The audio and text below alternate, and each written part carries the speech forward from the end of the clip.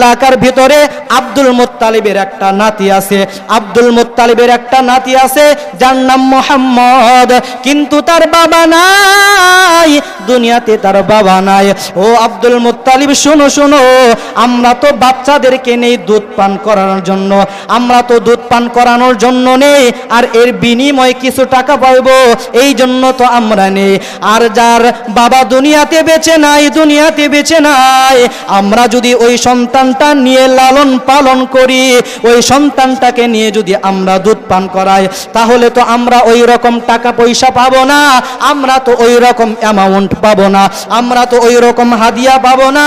ও Abdul Muttalib শোনো শোনো, এই জন্যই তোমার নাতি মুহাম্মদকে আমরা নিতে চাই না। এই দিক দিয়ে মা আমিনার কানে এই কথাগুলো পৌঁছে গেল। মা আমিনা ডেকে ডেকে বলেন, আল্লাহ,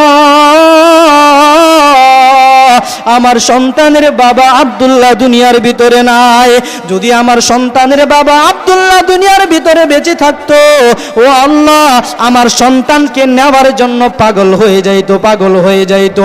আল্লাহ পাক রব্বুল আলামিন হযরতে মা আমিনার মনের ভিতরে উদয় কইরা দিলেন, ও আমিনা, ও আমিনা, কানবা না, কানবা না, তুমি তাকাইয়া দেখো সামনে কি হইতেছে, তাকাইয়া দেখো।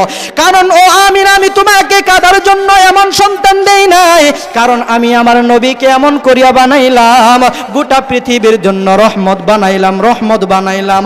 আরে গোটা পৃথিবীর জন্য কি রহমত? রহমত। দুনিয়ার জন্য যেমন রহমত, আখিরাতের জন্য তো ঠিক তেমন রহমত। এই কথাগুলো ওই মহিলা বলতেছিলাম, ওই মহিলাগুলোর কাছে যখন প্রশ্ন রাখলেন, প্রশ্ন রাখার পর মহিলাগুলো এই জবাব দিয়ে দিলেন। এবার ওই মহিলারা চলে যাইতেছেন, চলে যাইতেছেন। কিছুক্ষণ পর দেখা যায় আর একজন মহিলা দুর্বল একটা গাধা, দুর্বল একটা সাওয়ারি নিয়া তিনি এই গোত্রে আসতেছেন। বলেন সুবহানাল্লাহ।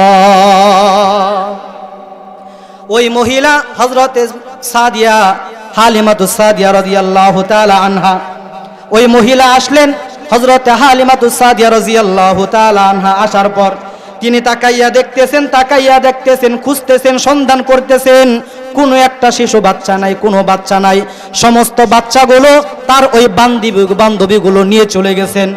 এবার স্বামীকে বলতেছেন, ও প্রাণের স্বামী, তাকাইয়া দেখেন, তাকাইয়া দেখেন, কোনো বাচ্চা নাই, কোনো বাচ্চা নাই, তাহলে আমরা কি নিব, আমরা কি নিব? ও প্রাণের স্বামী শুনেন, ওই যে দেখা যায় আব্দুল মুত্তালিবের কুলে একটা সন্তান, যদিও আমরা নিব না, তবে যাও একটু দেখি আসি সন্তানটা কেমন, সন্তানটা কেমন। এবার ওই হালিমাতুস সাদিয়া রাদিয়াল্লাহু তাআলা আনহা নেওয়ার জন্য কিন্তু আসে নাই, বলে দেখার জন্য আসছেন। আল্লাহ পাক রব্বুল আলামিন বলেন, ও হালিমাতুস সাদিয়া, যাও যাও, খেলা তো কেবল শুরু হয়ে যাবে। হযরতে হালিমাতুস সাদিয়া রাদিয়াল্লাহু তাআলা আনহা যখন সামনে আসলেন, আসার পর হালিমাতুস সাদিয়া রাদিয়াল্লাহু তাআলা আনহা তাকাইয়া দেখেন, হালিমাতুস সাদিয়া তাকাইয়া দেখেন ওই শিশু মুহাম্মদ সাল্লাল্লাহু আলাইহি ওয়াসাল্লামের মুখখানা ছোট্ট একটা রুমাল ধারা ঘোরা। এবার আল্লাহর পয়গম্বরকে দেখার জন্য ওই হালিমাতুস সাদিয়া রাদিয়াল্লাহু তাআলা আনহা তিনি ওই রুমালটা একটু খুললেন। রুমালটা যখন সরাইলেন, রুমালটা সরানোর সঙ্গে সঙ্গে হযরতে হালিমাতুস সাদিয়া বলেন, আমি একবার নবী মুহাম্মদের দিকে তাকাই, আর একবার আমি আসমানের চাঁদের দিকে তাকাই, একবার আমি নবীর চেহারার দিকে তাকাই, আর একবার আমি আসমানের দিকে তাকাই। আমি ওই আসমানের তারার দিকে তাকাইয়া আসি, আমি ওই আসমানের চাঁদের দিকে তাকাইয়া আসি, দেখি আসমানের চাঁদ সুন্দর নাকি নবীর চেহারা সুন্দর। আল্লাহু আকবার। ওয়ামা আরসালনাকা ইল্লা রাহমাতাল লিল আলামিন। হযরতে হালিমাতুস সাদিয়া বলেন, এত সুন্দর বাচ্চা ইতিপূর্বে আমি কখনো দেখি নাই।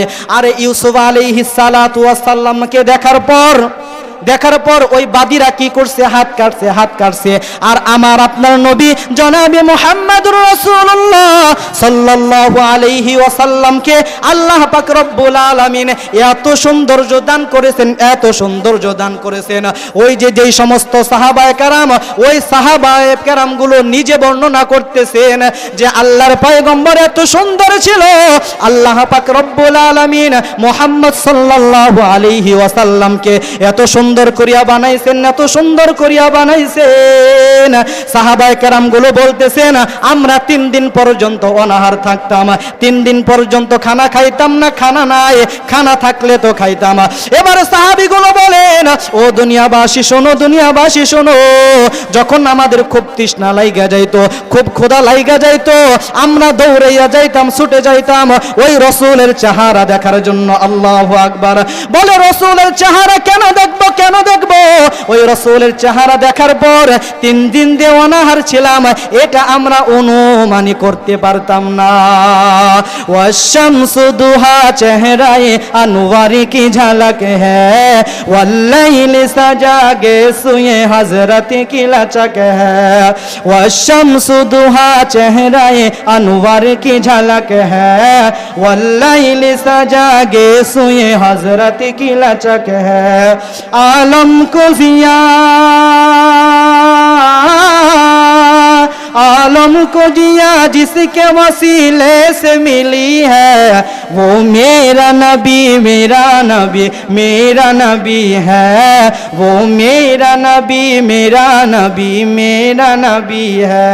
वो मेरा नबी, मेरा नबी, मेरा नबी है।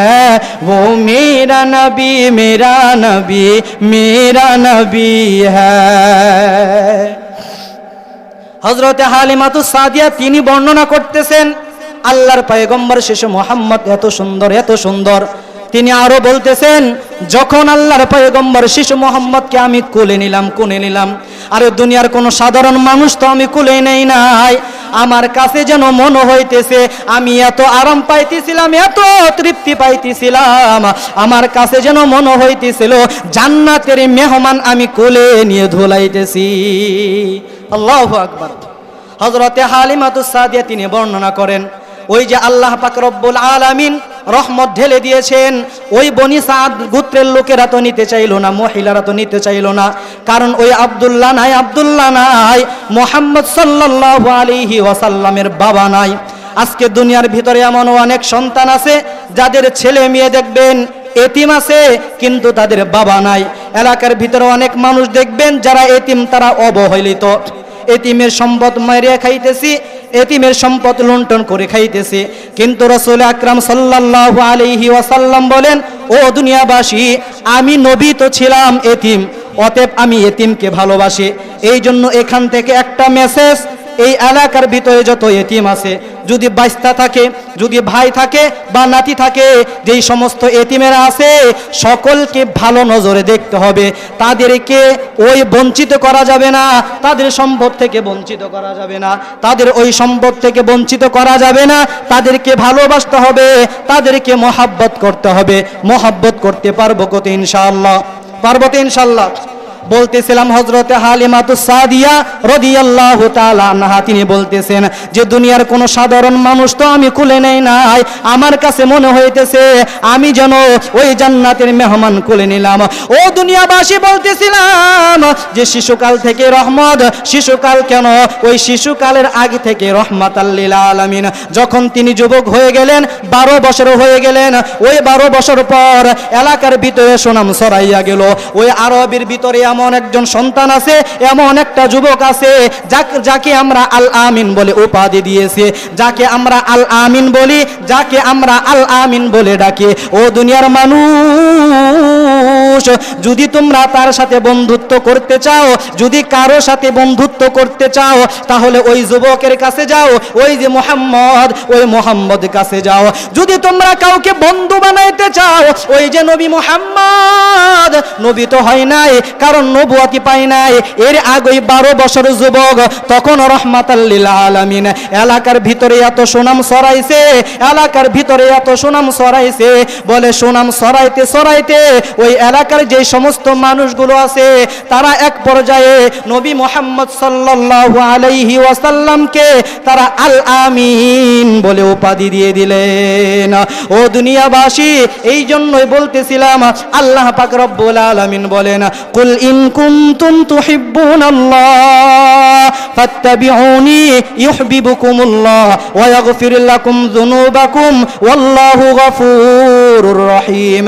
যেই রাসূলকে আল্লাহ পাক রব্বুল আলামিন রহমত করে বানাইলেন, ও দুনিয়াবাসী, এই জন্য ওই নবীর অনুসরণ করতে হবে, ওই নবীকে ভালোবাসতে হবে, ওই নবীকে নিজের জান, নিজের জীবন যা কিছু আছে এর চাইতে বেশি মহব্বত করতে হবে। কারণ রাসূল আকরাম সাল্লাল্লাহু আলাইহি ওয়াসাল্লাম বলেন, লা ইউমিনু আহাদুকুম হাত্তা আকুনা আহাব্বা ইলাইহি মিন ওয়ালিদিহি ওয়া ওয়ালাদিহি ওয়ান নাসি আজমাইন।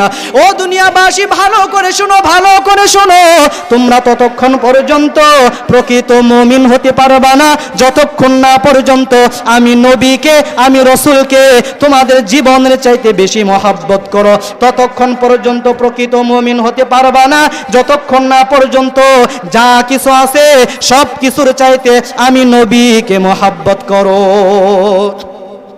মহব্বত তো করেছেন সাহাবায়ে কেরাম, কিভাবে ভালোবাসতে হয় ওই সাহাবায়ে কেরামগণ শিখাইয়া গেছেন। আল্লাহর রাসূলের একজন সাহাবী, আবু বকরের কথা বলতেছি না, ওমরের কথাও বলতেছি না, উসমানের কথাও বলতেছি না, হযরত আলীর কথাও বলতেছি না, সামান্য একজন সাহাবী। আরে ভাই, সামান্য সাহাবী বলতে কি এই সাহাবী না, না, সমস্ত সাহাবায়ে কেরামগুলো আল্লাহ পাক রব্বুল আলামিনকে এত খুশি করেছেন না, এত খুশি করেছেন, যাদের নাম শুনলেই বলতে হয় রাদিয়াল্লাহু তাআলা আনহু। হযরত যায়েদ রাদিয়াল্লাহু তাআলা আনহু রাসূল আকরাম সাল্লাল্লাহু আলাইহি ওয়াসাল্লামকে কেমন ভালোবাসতেন একটু সাধারণ বিবরণ দিয়ে বর্ণনা দিতেছি, এরপরে বয়ান শেষ করে দিব। আল্লাহর রাসূলের সাহাবী হযরত যায়েদ রাদিয়াল্লাহু তাআলা আনহু রাসূলকে এত ভালোবাসতেন কোন এক কারণে মক্কার কাফের বেঈমানেরা হযরত যায়েদ রাদিয়াল্লাহু তাআলা আনহুকে ধরে নিয়ে যায়।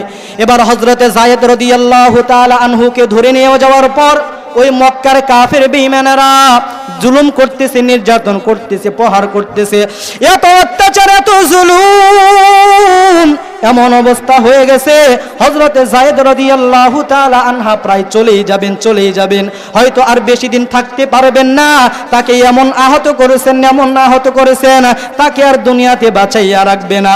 এক পর্যায়ে ওই কাফের বেঈমানরা বলতেছেন, ও যায়েদ, একটা শর্তের বিনিময়ে আমি তোমাকে মাফ করে দিব, একটা শর্তের বিনিময়ে আমরা যা আছি তোমাকে ছেড়ে দিব। যদি এই শর্তটা তুমি পালন করতে পারো, এই শর্তটা যদি তুমি মানতে পারো, তাহলে আমরা তোমাকে ছেড়ে দিব।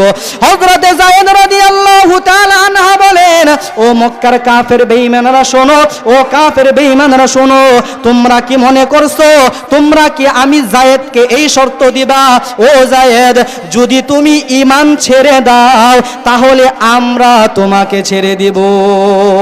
ও মক্কার কাফের বেঈমানরা শুনে রাখো, আমি যায়েদের একটা জীবন কেন হাজারটা জীবন যদি আল্লাহ পাক রব্বুল আলামিন দেয়, তারপরেও আমি ঈমান ছাড়বো না। মুসলমান কখনো আগুনের ভয়ে ঈমান ছাড়তে পারে না, মুসলমান কখনো জেল জুলুমকে ভয় করতে পারে না, মুসলমান কখনো আল্লাহ তাআলাকে ছাড়া অন্য কোন মানুষকে ভয় করতে পারে না। মুসলমানের মাথা নিচু হবে একমাত্র এক আল্লাহ তাআলার কাছে। মুসলমান কখনো বন্দুকের গুলিকে ভয় করে না। মুসলমান তো এমন জাতি, মুসলমান ভয় করবে এক আল্লাহ রাব্বুল আলামিনকে। বলে বিড়ালের মতো 1000 বছর বাঁচার চাইতে সিংহের মতো একদিন বেঁচে থাকবো। হযরতে যায়েদ রাদিয়াল্লাহু তাআলা আনহা বলতেছেন, ও মক্কার কাফের বেঈমানরা শোনো, যদি তোমরা এই ধারণা করে থাকো যে আমি যায়েদকে ঈমান ছাড়তে বলবা আর আমি যায়েদ ঈমান ছেড়ে দিব, না, আমি যায়েদের এমন ঈমান না। এবার মক্কার কাফের বেঈমানরা বলতেছেন, ও যায়েদ শোনো, তোমাকে আমরা ঈমান ছাড়তে বলবো না, আমরা ভালো করেই জানি তোমার ঈমান অনেক মজবুত। সুবহানাল্লাহ।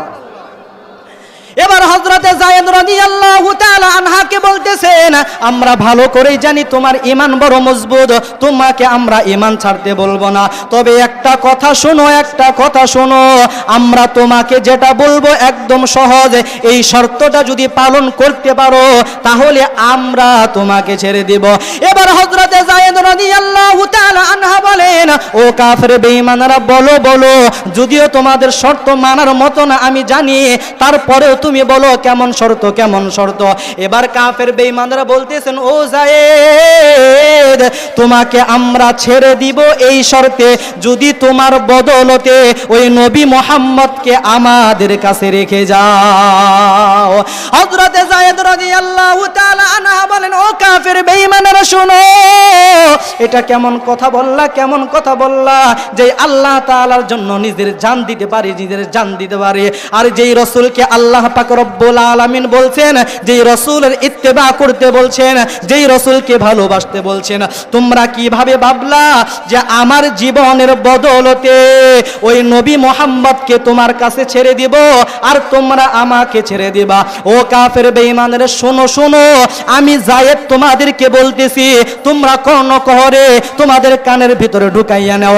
হযরতে যায়েদ রাদিয়াল্লাহু তাআলা আনহা বলেন, ও কাফের বেঈমানরা শোনো শোনো, আমি যায়েদ একজন কেন, আমার মার যদি 1000টা সন্তান থাকতো, 1000 সন্তান থাকতো, আমার যদি 1000 ভাই থাকতো, আমরা 1000 ভাই জীবন দিতে প্রস্তুত, নবীর জন্য জীবন কুরবান দিতে প্রস্তুত।